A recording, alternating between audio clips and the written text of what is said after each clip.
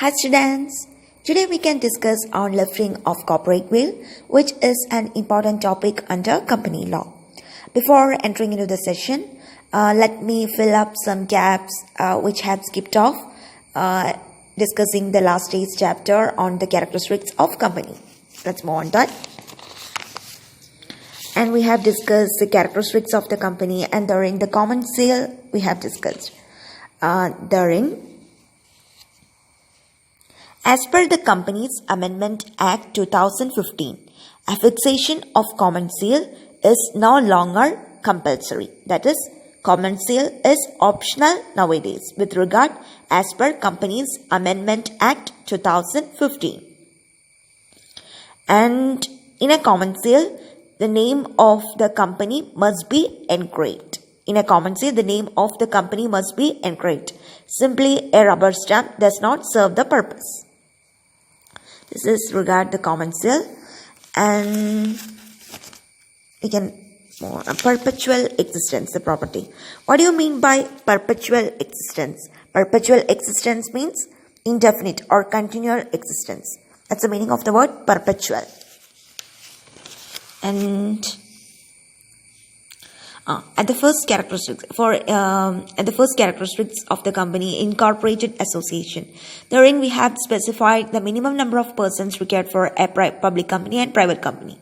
Just to know about the maximum limit of persons, with regard to the Companies Act, the Companies Act 2013 has raised the maximum number of limit of private company from 50 to 200, and for a public company there is no maximum limit of person specified. I think in that earlier part, regarding the earlier part, then transferability of shares. Transferability of shares, it's the fifth characteristic of company. What is meant by transferability of shares? I said transferable. You have to note this point that the shares of a company are transferable from one person to another. That means a shareholder can transfer the share he owns to another. This may be done by a sale or as a gift. That means shares of the company are transferable from shareholders. That's not permanently wedded to any shareholder. If he need to sell or gift it to somebody else, he can do so. But what the condition to be noted, it must be in the manner as provided in the articles. Other than in any manner provided from the articles, we cannot do that process. But in according with the matter provided in the articles, the shares of the company are transferable. Okay. Now let's move on to our today's topic: lifting of corporate veil. Separate legal entity from shareholders and directors. We know that a company is a separate legal entity from its shareholders and directors. And the shareholders or directors are not held responsible for any default or offense committed by the company. This feature is known as corporate veil. For any offense which is committed by the company, the shareholders or directors of the company are not at all responsible for that offense or default. This is a statutory privilege for the company, and this statutory privilege must be used for legitimate business purpose only. In case where fraudulent and dishonest use is made of the legal entity of the company by individuals, the individuals concerned will not be allowed to take shelter behind the corporate personality. That means they will be brought to light. If individuals are trying to fraudulently indulge in any illegal or fraud activities with regarding taking the shelter of the legal entity of the company. In such a case, that means in case where individuals are trying to commit fraud, the tribunal will break through the corporate shell of the company and apply the principle that is called as lifting or piercing of corporate veil. When individuals are trying to conduct any illegal or fraudulent or dishonest means, taking behind the shelter of the separate legal entity of the company, And in case of such fraudulent act by any concerned individuals, the court or tribunal will break through the corporate shell or the corporate legal entity of the company and apply the principle of the doctrine that is known as lifting or piercing of corporate veil.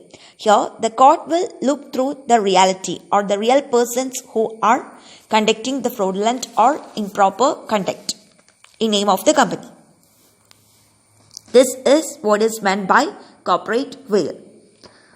That means, let me explain that the concept once more. A company has a separate legal entity and shareholders, and with regard that separate legal entity, shareholders or directors are not responsible or cannot be responsible for default or offense committed by the company. This is the characteristics of a company which conducts separate legal entity.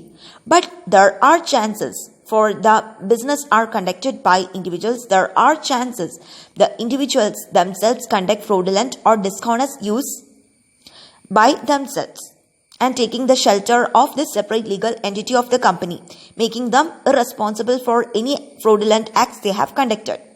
In such a case, the tribunal will break through the corporate shell or the separate legal entity of the company and look the persons and see the persons behind the fraudulent act committed. This process is known as lifting of corporate veil or piercing of corporate veil. Okay. Now, how a corporate veil is lifted? Corporate veil can be lifted as per Companies Act and as per judicial precedent. These are the two ways where the corporate veil is lifted. Cases where the court can order to lift the corporate veil as per the provisions of Companies Act. The first, here under the first topic we are discussing, as per Companies Act, how the corporate veils are lifted. And when this corporate veil is lifted, when separate legal entity is misused by any persons concerned. The cases wherein the court can order to lift the corporate veil as per provisions of Companies Act 2013 are wrong or false information, misrepresentation in prospectus, failure to return application money, Ultra Vires Act. In the mentioned circumstances, the court or tribunal will order the corporate veil to be lifted, and this is regarded as per the Companies Act. Wrong or false information. Wrong or false information. There shall be filed with the registrar within whose jurisdiction the registered office of a company is proposed to be situated the following documents and information for registration, namely the memorandum, the articles of the company, the declaration in prescribed form, the affidavit from each of the subscribers, etc. These are the documents which are to be submitted to the registrar by the promoter of the company. And in case any false or wrong information is provided by the promoter on regard, the promoters are liable personally. The next is misrepresentation in prospectus. Before discussing this in detail, let us say on what is prospectus. Section 270 of the Companies Act defines prospectus or describes about the prospectus or specifies about the prospectus. Prospectus means any document issued as prospectus.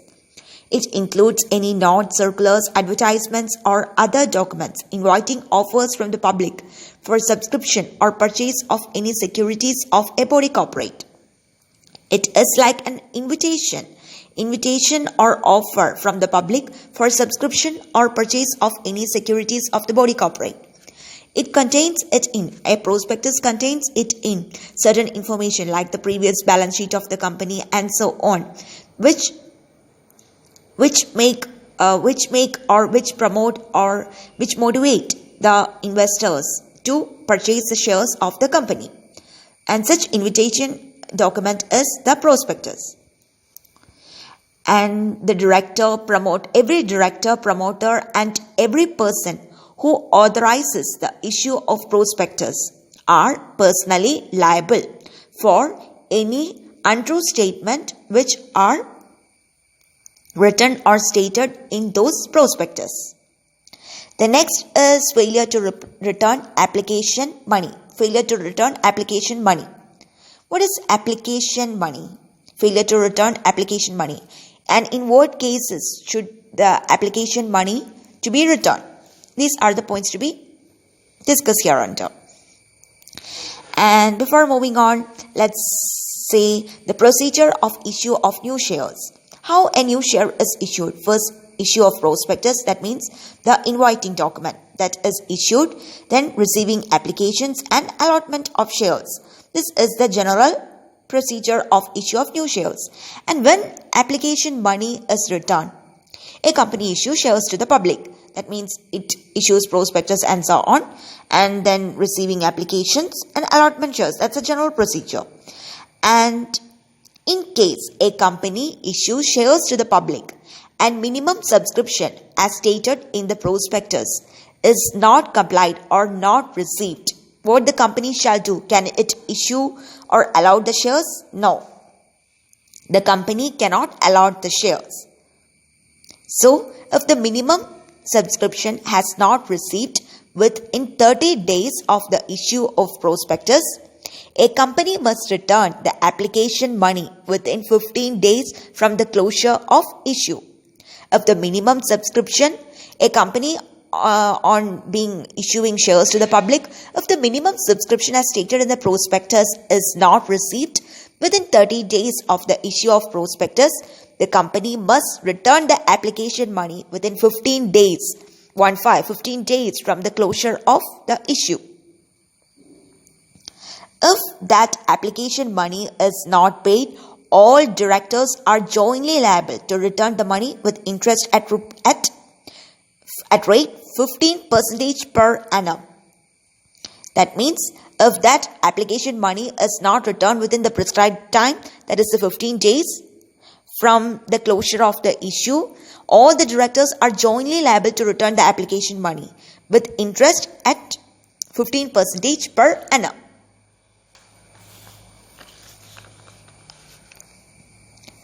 The next is Ultra Vires Act. What is Ultra Vires Act? Ultra Vires Act are those acts which are beyond one's legal power or authority. The objects of the company, etc., are stated in the memorandum and articles of the company. And if some activities goes beyond those stated in the memorandum and articles that are beyond the legal power of the particular company, and that such activities are termed as Ultra Vires Act, and that itself are void. Directors and other officers of a corporate will be personally liable for any Ultra Vires acts which are done on behalf of the company, because a company cannot do that. That is void. And in such case, being on conduction of such Ultra Vires Act, the directors and officers will be personally liable for so. And next we can discuss on the cases where court can order to lift the corporate veil as per judicial interpretation. What is judicial interpretation? Based on past judgments delivered. Judicial interpretation is nothing that's based on past judgments delivered. Let's recall that earlier how corporate veil is lifted.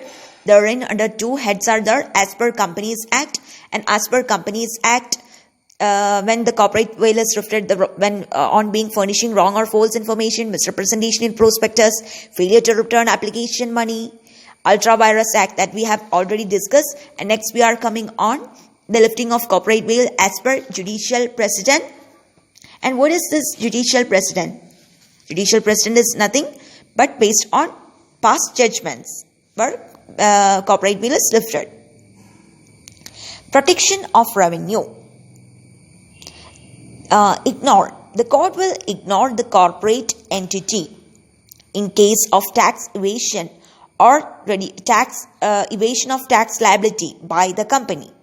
In such a case, the persons concerned with such misdeeds or activities are being looked upon by lifting of the corporate veil. The supporting case law with regard the protection of revenue for the lifting of corporate veil is being conducted as Sir Dinshaw McKenzie patent.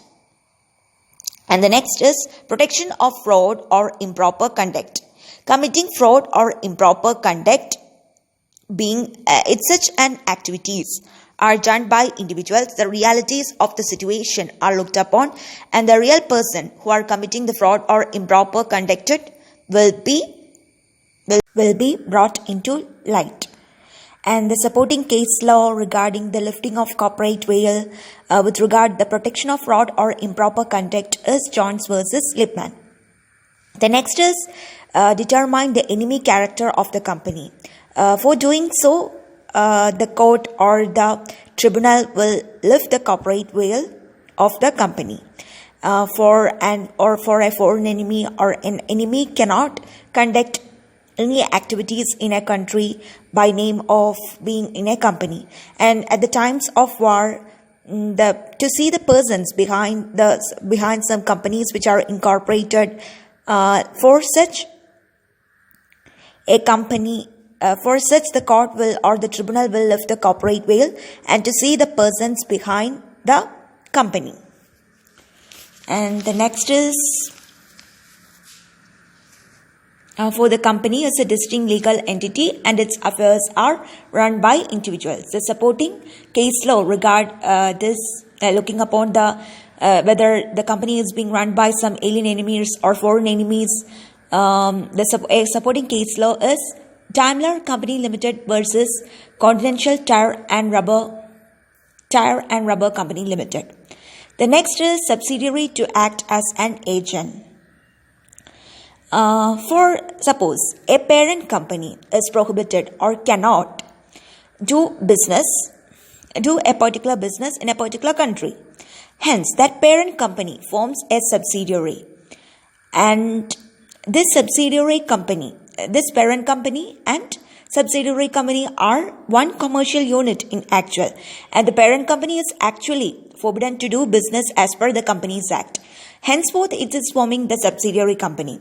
In such a case, the corporate veil will be lifted. That means the tribunal or court will look upon the real persons and the persons who are associated with that parent company, which is forbidden to conduct business, being that forms a subsidiary to act as the agent for that foreign company. Definitely, the corporate veil will be lifted, and such application or such conduction of business will be rejected. The supporting case law regard in this aspect is Merchandise Transport Limited versus British Transport Commission. All the case laws I will discuss separately in a separate video, and therein I will mention all the heads again. Anyway, remember this, for a subsidiary to act as an agent, being prohibiting that the Code or the Companies Act, this coming under the judicial interpretation with regard to the previous case laws or with regard to the past judgments. Being a subsidiary of a parent company which is prohibited to do some business, being that a subsidiary is acting as an agent. In such a situations, the court will or tribunal will lift up the corporate veil and look into the reality of the situation. Being this characteristics is supported in the case law Merchandise Transport Limited versus British Transport Commission. The next is to avoid welfare registration. If the purpose of the company formation is to avoid welfare legislation, definitely the tribunal will lift the corporate veil and to see the realities of the situations and the persons conducting such unfair means. The supporting case law with regard to this aspect is Workman of Associated Rubber Industry Limited versus Associated Rubber Industry Limited. This is the whole matter which is included in this lifting of corporate veil.